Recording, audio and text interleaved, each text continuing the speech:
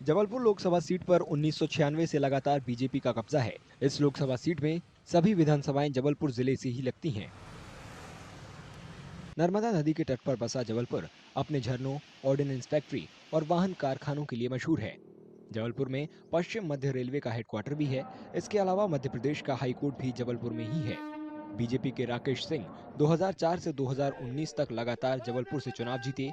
पिछली साल हुए मध्य प्रदेश विधानसभा चुनावों में पार्टी ने उन्हें जबलपुर पश्चिम विधानसभा सीट से टिकट दिया था, तब उन्हें सांसद का पद छोड़ना पड़ा था। बीजेपी ने इस बार बहुत अनुभवी कार्यकर्ता आशीष दुबे को जबलपुर से टिकट दिया है। कांग्रेस ने अभी तक इस सीट के लिए अपने उम्मीदवार की घोषणा नहीं की है।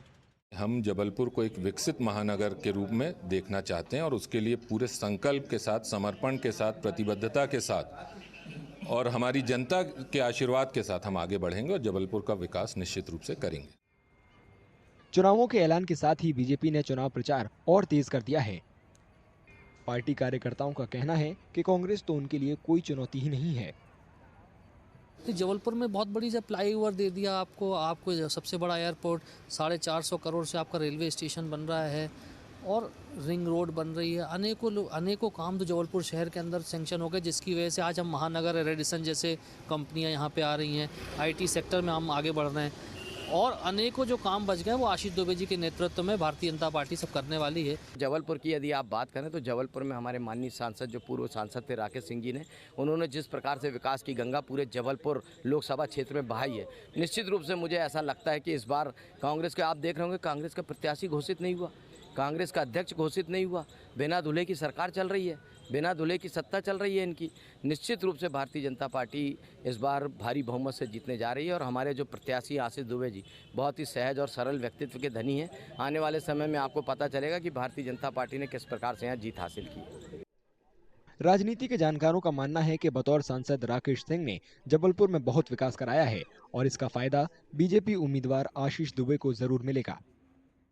कांग्रेस के पास फिलहाल तो कोई कैंडिडेट दिख नहीं रहा है। कौन लड़ेगा ये अभी कहना बहुत मुश्किल है, लेकिन जो भी लड़ेगा उसको ढेर सारी चुनौतियों का सामना करना पड़ेगा, क्योंकि भाजपा के पास में, भाजपा की झोली में बहुत सारी चीज़ें हैं जो गिनाने के लिए भी हैं और भाजपा ने चूँकि काम की हैं तो उसका फ़ायदा स्वाभाविक तौर पे नए कैंडिडेट को भी मिलेगा। और जो नए कैंडिडेट आए हैं वो यंग भी हैं, पढ़े लिखे हैं और उनका भी खेती किसानी से लंबा नाता रहा है, तो उनके ऊपर कोई दाग भी नहीं है ऐसे जो मतलब चुनाव में मतदान को प्रभावित कर सकें।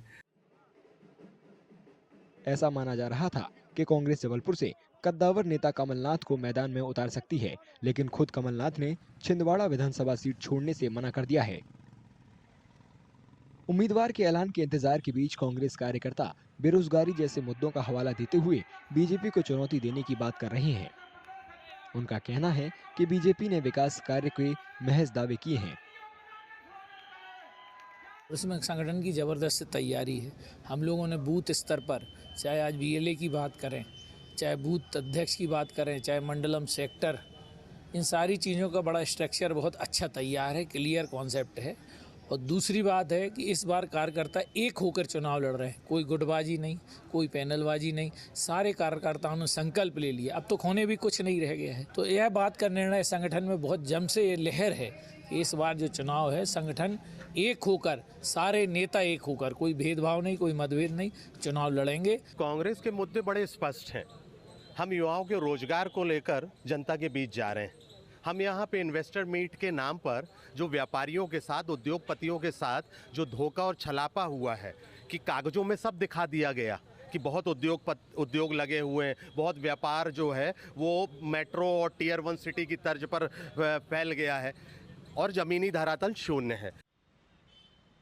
चुनावी माहौल में मतदाताओं की अपनी अपनी मांगे हैं। वे शहर का विकास, बेहतर मेडिकल सुविधाएं, अच्छे शिक्षण संस्थान और बेरोजगारी के मुद्दे का ठोस समाधान चाहते हैं।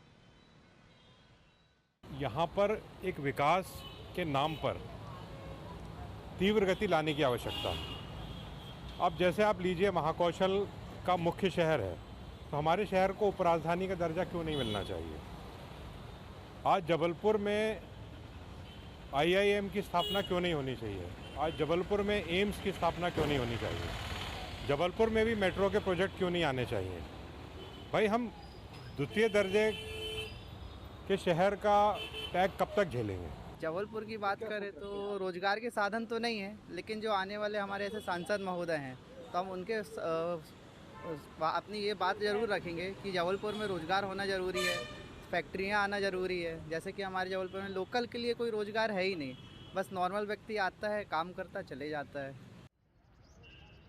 2024 के लोकसभा चुनाव 19 अप्रैल से 1 जून तक 7 चरणों में होंगे। जबलपुर में पहले चरण में ही 19 अप्रैल को वोट डाले जाएंगे।